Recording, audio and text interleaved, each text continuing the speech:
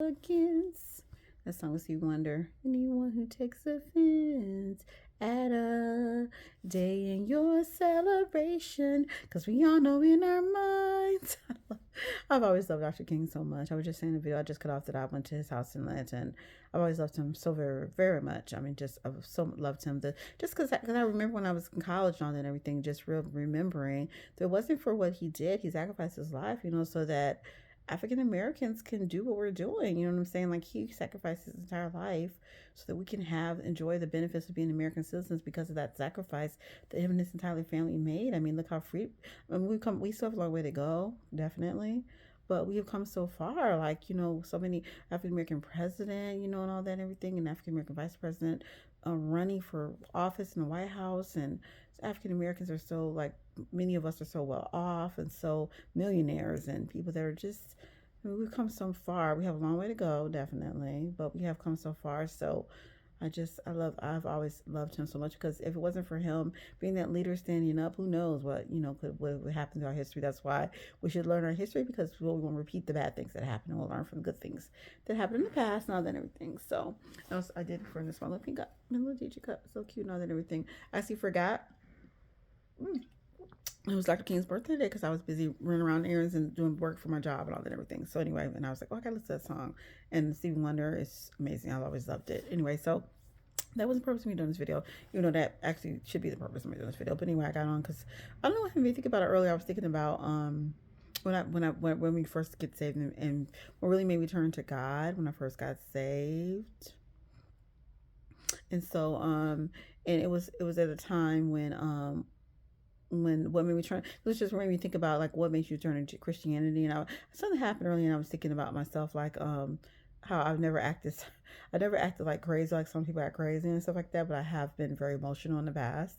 And so I was with this boyfriend that I had at the time, and he left me for a white girl. And so I was remembering how I never acted psychotic about it or whatever, but I was remembering how like I acted. It took me, like, I was very emotionally disturbed about the relationship breaking up. And so I was in college, so I like drove past his house, and like I would get in my car and like drive in his house at 2 o'clock in the morning to see if her car was in his little apartment complex, and then I would just go home and cry all night. So I never like slashed the tires or never like did anything like that because I'm not crazy, but I did like.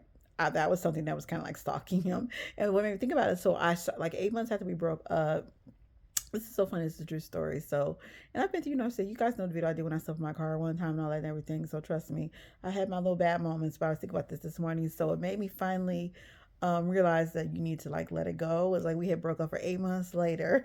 So I got my girlfriend. I woke up and I just started crying. I'm like, I'm gonna go see him. I'm sick of this. I can't believe, because he was my boyfriend. I was just shocked he left me for this white girl. So I got up and I called my girlfriend Erica. Let's just go over his house. Let's go over his apartment complex, right? She's like, okay, they're your friends. They got your back, right? So I showed up about 8 months. We were going 8 months before. So I showed up and I knocked on his door. He opens the door, and my name was. He said, "What are you doing here?" And I'm like, "I just want you to know, I can't believe you just broke up with me for that white girl. I'm so mad at you." He was like, he looked at me. He said, "We broke up 8 months ago." He said, You're not over it yet." You said, "You need to get over this." He said, "You need to get some help. We broke up 8 months ago. You need to get over it." And I looked at him and I was like, oh my gosh, he's right. I was like, bye. I just walked away and my friend followed me. And I got in my car and then like a minute later, I heard like Christian music or something playing in the background. I'm like, you know what? I'm going to go to church. I'm going to go to church tomorrow. Because he's right. I need to get over it. We broke up 8 months ago. He's moved on in his life. And I'm still harboring this pain about this relationship. I said, I'm going to church tomorrow. I said, I cannot do this without God. I need God to get me through this. So I went to church the next day, and that's what made me kind of like start like serving God. And actually, it drew me closer to God because I wouldn't have done that if it wasn't for the fact that I really needed God at that time. Because there was no way I could get through the emotional heartbreak that I was feeling without the presence of God, and Jesus. And I went to church and I was like, Jesus, heard about Jesus and stuff like that. But that's when I got closer to God, to summing up, whatever. So the more of the story is, I know how it feels to like be heartbroken, and I never acted like psychotic, you know what I'm saying? Like I didn't act like I just slashed her tires or I didn't try to beat her up. I mean, I confronted her a couple of times and I got mad and all that at him and everything, but I never acted psychotic. But I did feel those emotions of just rage and anger and just heartbreak. When you have when you go through those things and stuff like that, it's very difficult to be able to move on.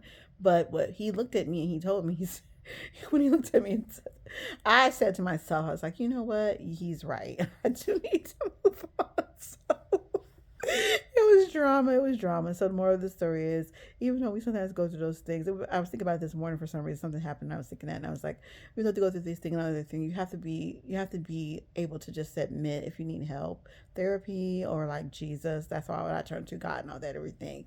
It can get through you to get you through those challenging moments when it's just now you can't do it without God with His presence. I never acted like how to thank God because some people they start doing stuff like crazy stuff like flipping, crashing tires and fighting people and just like in that movie Ackerman. And like I said, because that's what I said. I was thinking to myself, I get how you can be emotionally upset. Like I can get that because that's how I felt. I felt angry. I felt like so.